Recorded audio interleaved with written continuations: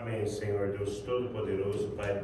Nesse momento, ó Deus, colocamos as nossas vidas aqui, ó Deus, na Sua presença, Senhor, para estar, ó Deus, primeiramente exaltando o Teu nome, Senhor, exaltando realmente tudo aquilo que o Senhor tem feito em nossas vidas, para que nesse momento possamos estar aqui, ó Deus, realmente cantando louvores a Ti, ó Deus, prestando culto, Senhor, realmente ao Senhor, ó Deus, Deus Todo-Poderoso. Colocamos nossas vidas diante do Senhor, ó Pai. Faz, ó Deus, a Tua obra, manifesta Teu Espírito conforme a Tua vontade, Pai.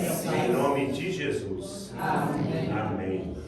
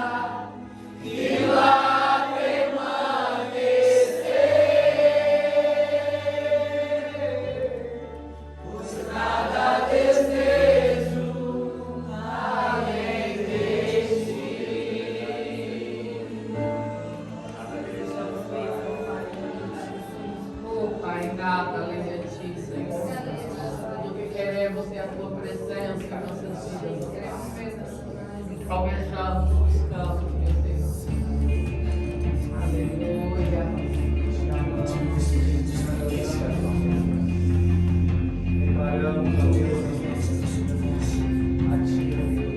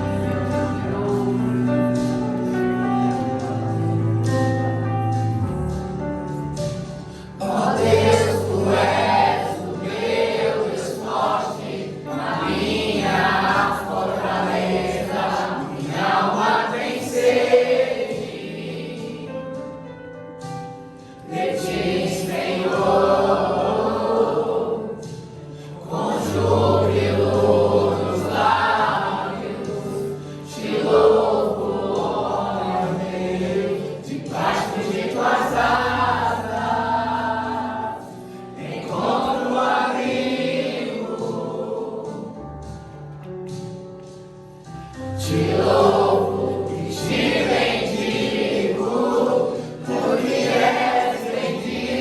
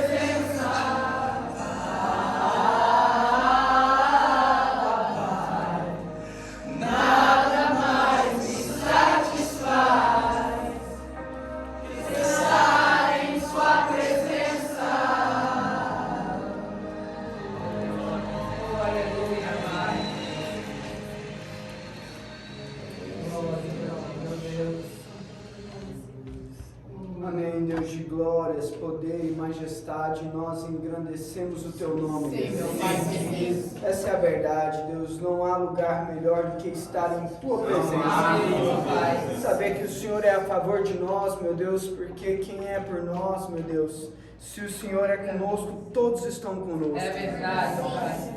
Não há quem possa negar o Senhor, não há quem possa humilhar o Senhor, porque Tu Sim, és meu Deus Deus, acima de todas as coisas. É verdade. Tu és Deus poderoso, É, Senhor. mesmo. E se o Senhor não está conosco, estamos abandonados. É, meu Pai. Por isso não há lugar melhor do que estar contigo, meu Deus, porque é segurança, proteção, meu Deus. É amparo, Deus. E isso, meu Deus, temos sentido diariamente, meu Sim, Deus. meu Deus querido. O Senhor tem amparado aqueles que te amam e cumprem a tua vontade e os teus mandamentos, Deus. Esteja guardando, meu Deus, as nossas vidas e recebendo tudo que cantamos aqui como arma agradável Sim, diante Pai de amado, ti. recebe. Queremos engrandecer o teu nome, Senhor, colocar o Senhor acima de todas as coisas em nossas vidas. É verdade. Pai amado, esteja nos ensinando nessa noite através da tua palavra, Senhor. Sim, Senhor. Queremos ouvir a tua voz, meu Deus, através da tua palavra.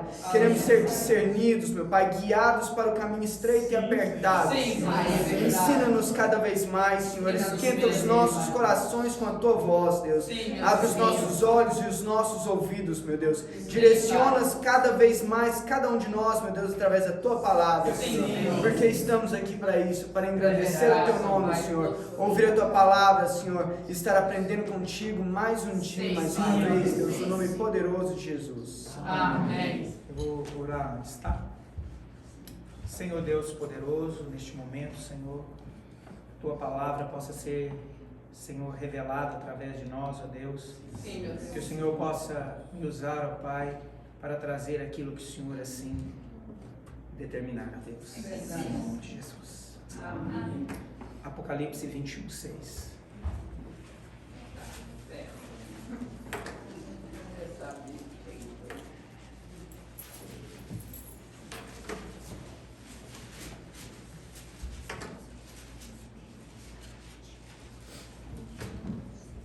Amém?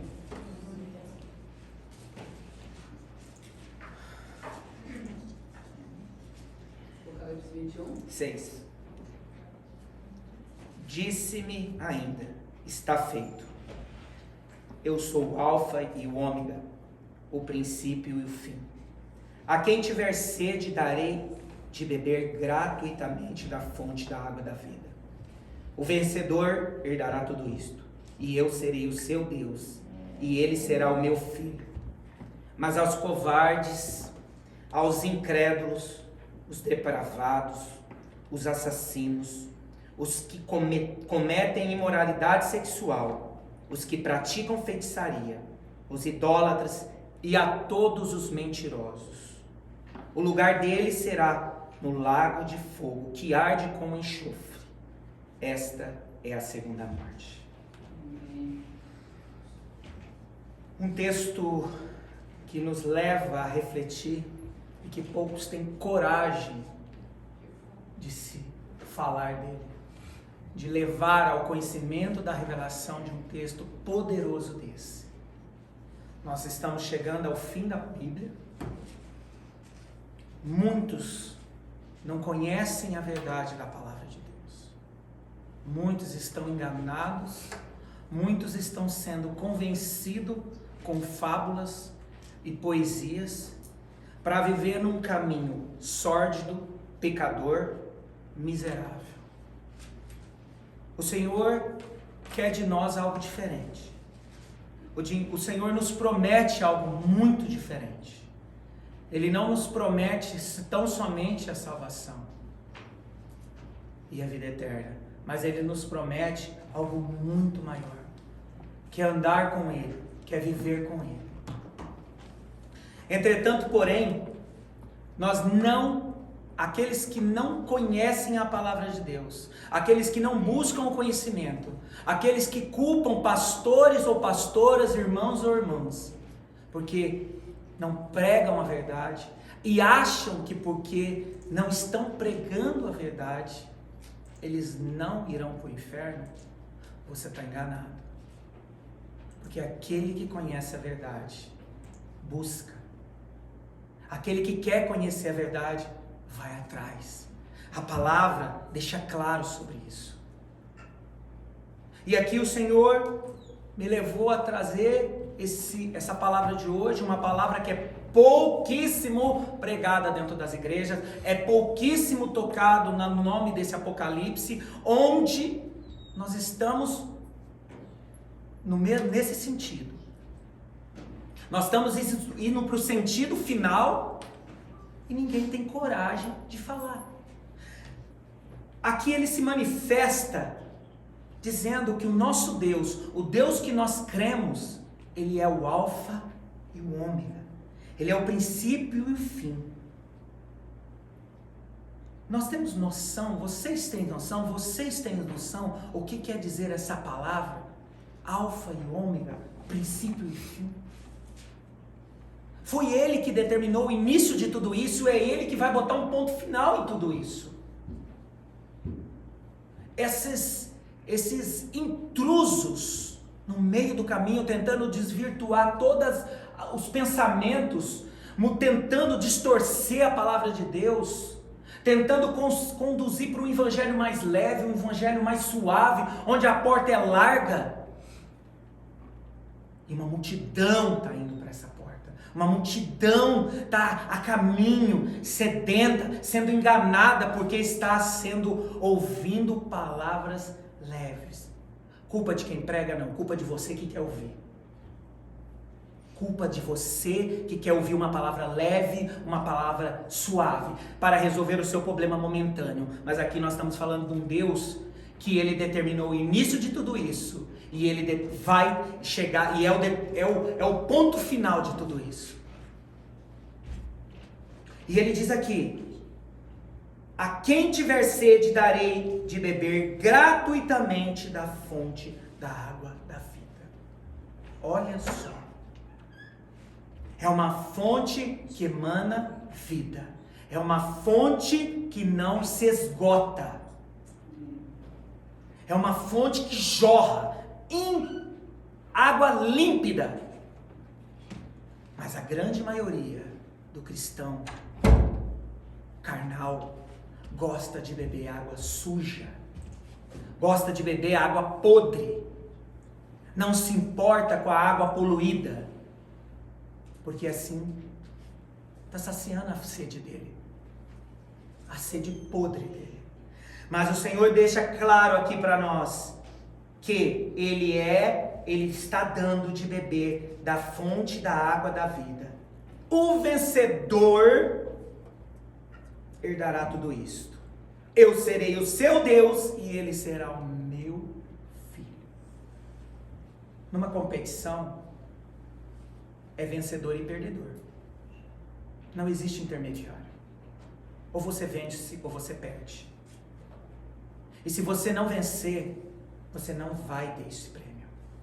Você vai ser um perdedor e você vai sofrer consequências terríveis. Você não está lidando com um Deus pequeno, raso. Você está lidando com o Todo-Poderoso, onde Ele determina, onde nesse mesmo livro aqui diz que a terra não conseguirá enxugar, secar o sangue daqueles que vão morrer. Vocês têm noção do que é isso? Vocês acham que pandemia é muito? É muita fraqueza na mente. Vocês não conhecem quem é o nosso Deus. Pandemia não é nada quando as palavras desse livro começarem a se cumprir. Pandemia é um cisco perto do que vai vir. Mas nós temos que ser vencedores.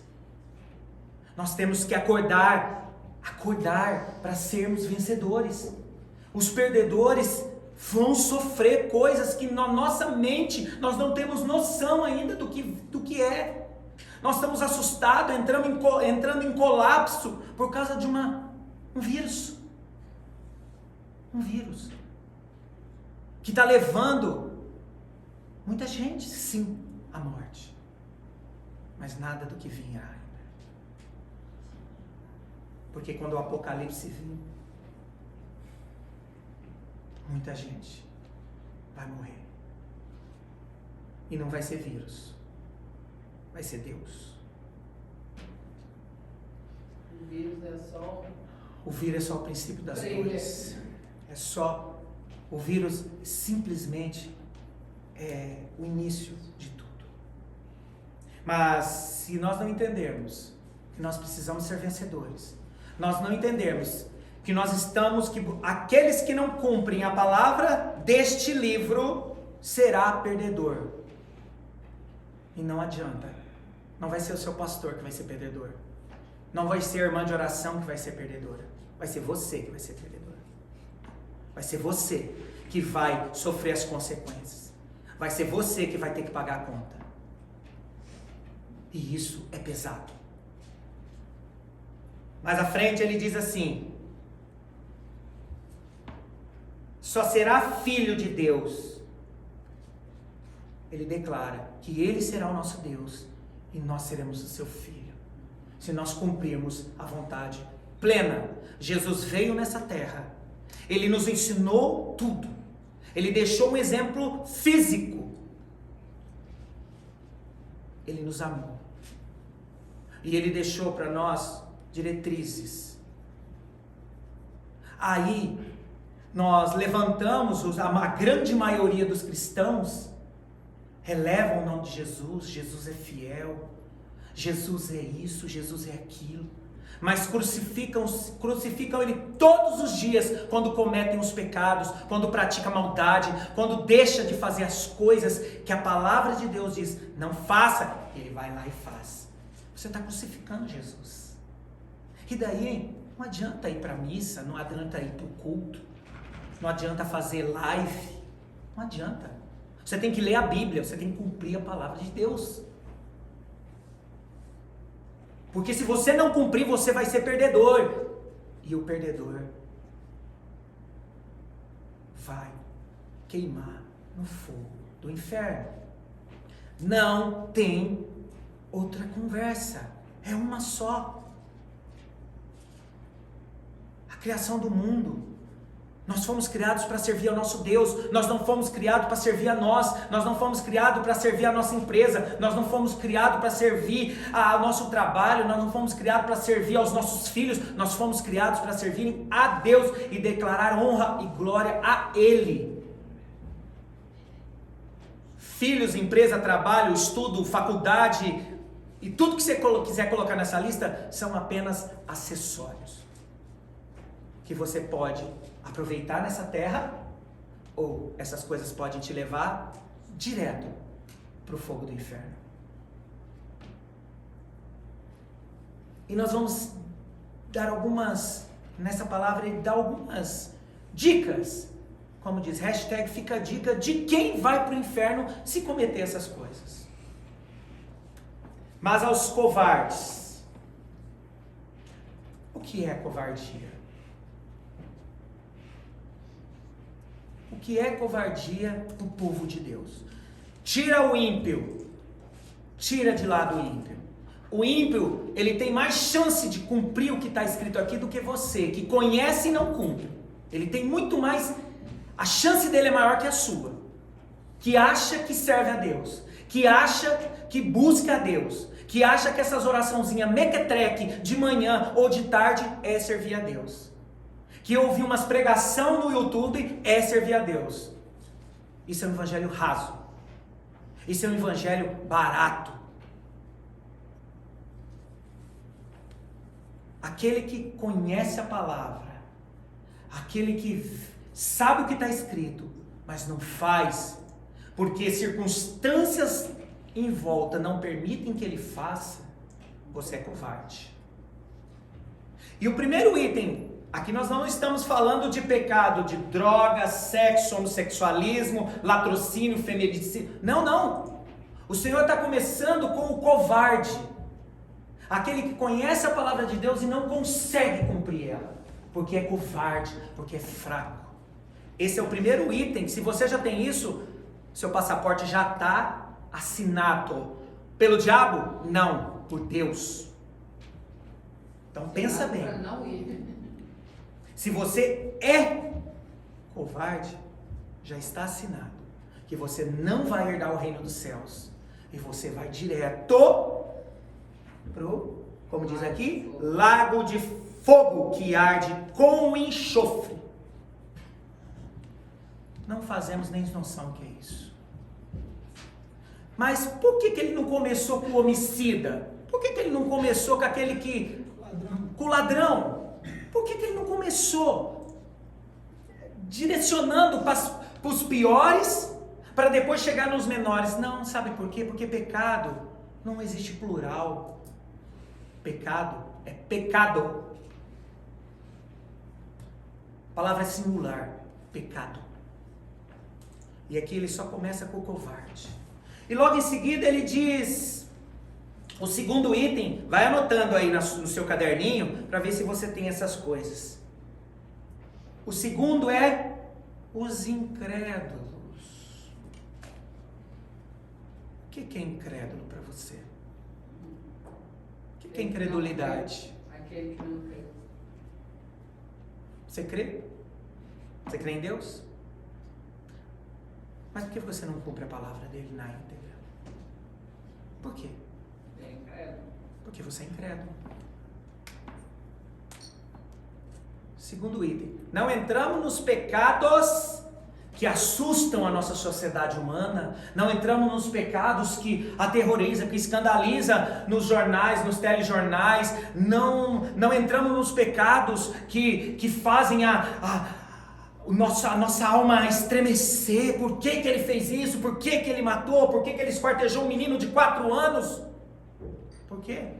O Senhor está mostrando aqui que ele está começando os covardes, vai anotando no seu caderno, os incrédulos. Segundo item, incredulidade. Você é incrédulo? Você crê? Não, eu creio na Bíblia, eu creio em Deus. Crer em Deus não te faz você não ser um incrédulo.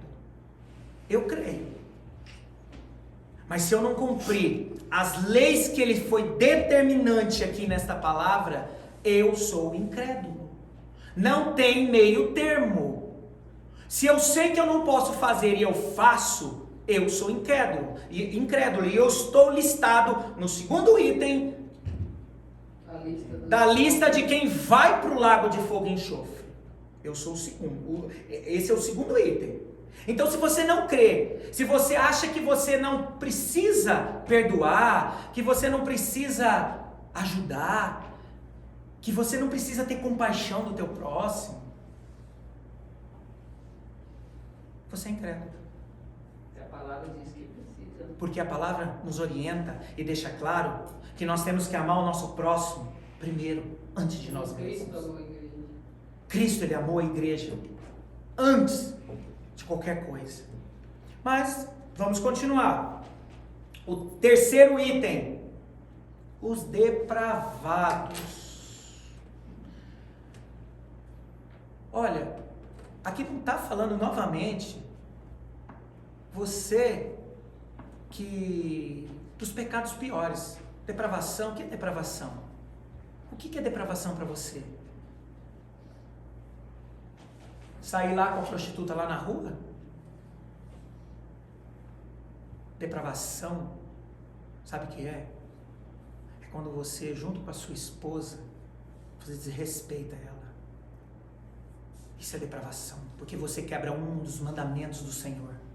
Você é um depravado, porque você faz com que a sua esposa peque. Se ela for cristã, claro, nós estamos colocando sem patamar cristão. Depravação é quando você usa um pano de fundo para ver pornografia. Ri de uma piadinha. Ri de uma piadinha. Segue aqueles canais imorais, segue aqueles canais que as pessoas enganam a outra. Seguem aqueles, gostam de ver coisas que fazem bem para a sua alma. Você está enquadrado no terceiro item dessa lista. A palavra diz que nós temos que ser regenerados. E depravado é o mesmo que degenerado.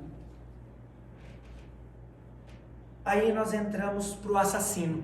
Pronto, chegou no ponto onde realmente, para nós, para uma grande parte da sociedade, os que deveriam estar na primeira item. Aquele que não ama o seu irmão é assassino. Entenderam? Aquele que não ama o seu irmão, não é seu irmão de sangue não, tá? Seu próximo, é assassino. Aquele que tem muitas pessoas, se morre muito mais gente no mundo sendo assassinado pela palavra do que pelo próprio corpo. Então, se você está enquadrado nesse item, também você é um assassino. Aos que cometem imoralidade sexual. Imoralidade sexual, aí nós já entramos numa lista gigantesca de coisas.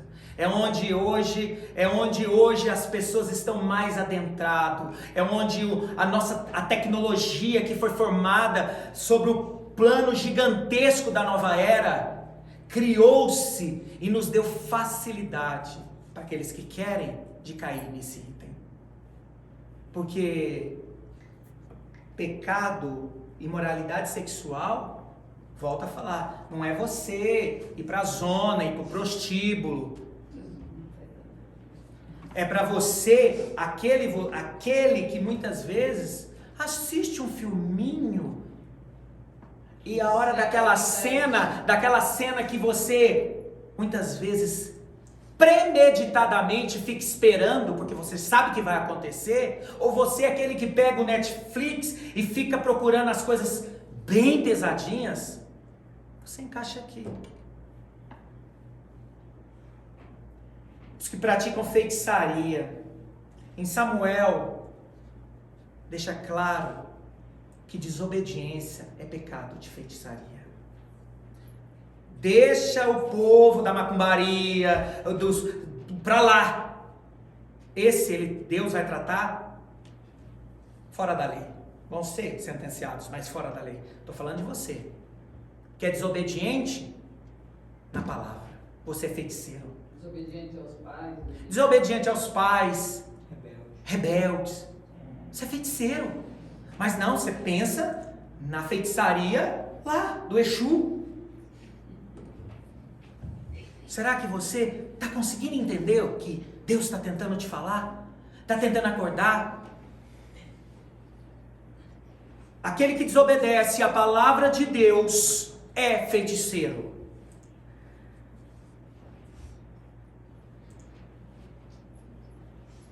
Aos idólatras. Idolatria, meus queridos, não é se prostrar diante de um santo, não, de uma estátua. Idolatria é as mães, os pais, que muitas vezes veem o seu filho indo para um caminho que sabe que vai dar errado, mas deixa ir. Idolatria é quando você, mesmo sabendo que não pode falar, não tem que falar não, mas você fala sim.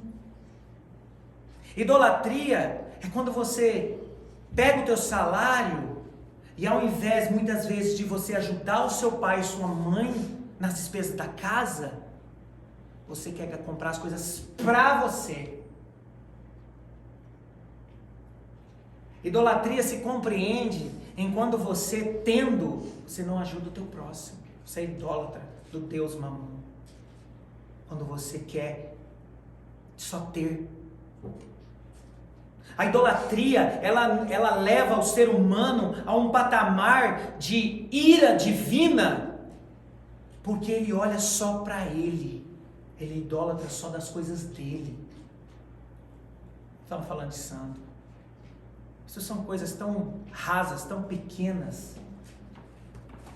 Condenam, sentenciam os católicos porque são isso, são aquilo, porque vão para a missa. Não julga, porque o único que é determinado a julgar é Deus, sobre a graça dele. Faça a tua parte. Busque você não ser o idólatra. Não olhe para o outro. E a todos os mentirosos, Meu Deus. O que é mentira para você? Mentira para mim é quando eu prejudico a pessoa. Você está enganado. Mentira é quando você... No dicionário diz que mentira é tudo aquilo que sai da nossa boca que não é verdade. Então, se você diz assim, que a sua casa usa metáfora, você usa muita metáfora, isso é mentira. Figura de linguagem. Figura de linguagem, isso é muita mentira. Vou dar alguns exemplos. Minha casa, eu estou morto de fome. Minha casa está de perna pro ar. Estou falando dessas mentiras. Vamos lá, vamos todo mundo lá para casa. Onde que? Quem que ensinou? Mas a língua portuguesa nos ensinou que isso são linguagens, são figuras de linguagens. Você já viu figura de... Você já conseguiu observar se existe figura de linguagem na Bíblia? As pessoas confundem as parábolas Com figura de linguagem. com figura de linguagem. E não é. Não é verdade. Jesus usava a parábola para pregar. Mas os outros apóstolos falavam a palavra direta. Porque quem nos ensinou aquilo lá foi uma forma de ensinar o povo a entender naquela época. Mas você já é entendido. Você lê aqui, ó, você sabe. Então, parábola é um exemplo, é uma forma exemplificada de falar sobre alguma coisa. E não figura de linguagem. a mentira é algo que fez com que o homem caísse e levou, está fechando a palavra aqui em Apocalipse 21, 8. E depois tem uma a mais. Então, se você é mentiroso, se você gosta de contar aquelas mentirinhas que não faz mal pra ninguém, só faz mal pra você. Não faz mal pra ninguém, mas faz mal pra você. Porque esse item vai te levar pro lago de... Aqui, ó. A todos os mentirosos, o lugar deles será no lago de fogo que arde com enxofre. Esta é a segunda morte. Aí nós vamos dar uma ida lá em Apocalipse 22:15. Nem precisa mudar da Bíblia porque está do lado. Em 22:15. Fora ficam os cães, os que praticam feitiçarias, os que cometem imoralidades sexuais, os assassinos, os idólatras e todos os que amam e praticam a mentira. Ele deu uma estendida aí. Então, se você é mentiroso, ou se você ama aquele que mente, você também está alistado. Não é só a pessoa. Não, é a mentira. Não é uma pessoa. Então, se você apoia aquele que está mentindo e você afirma, você está enquadrado aqui, aqueles que amam e praticam a mentira. Todos esses ficarão de fora. Todos que praticam qualquer um item desse ficarão de fora do reino. E o lugar deles será o lago de fogo e enxofre, que é a segunda morte. Pensem bem nisso. Estudem esse versículo. Se vocês quiserem, aqueles que ouvirem, que não entenderem ou assustaram com essa palavra, vocês podem buscar pelo direct, tanto no Instagram, ou por e-mail, ou ligar, que nós vamos conseguir explicar e explanar isso melhor para você. Mas não fique na dúvida, porque a dúvida leva você para o caminho do lago de fogo e enxofre.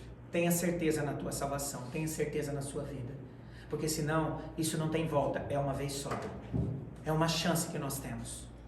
Um ganhador, ele não ganha, numa corrida ele só tem uma chance, ou ganhar ou perder. Não tem. E nós estamos nessa corrida. E nós temos que ganhar. Porque se nós não ganhar, o preço da perca será muito pesado. Será a nossa eternidade.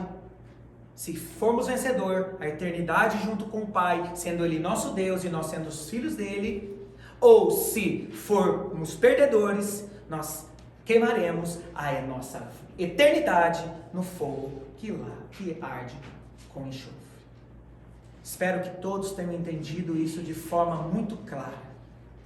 Essa palavra o Senhor me trouxe hoje, há 5 minutos antes de eu vir para cá. Então, amém?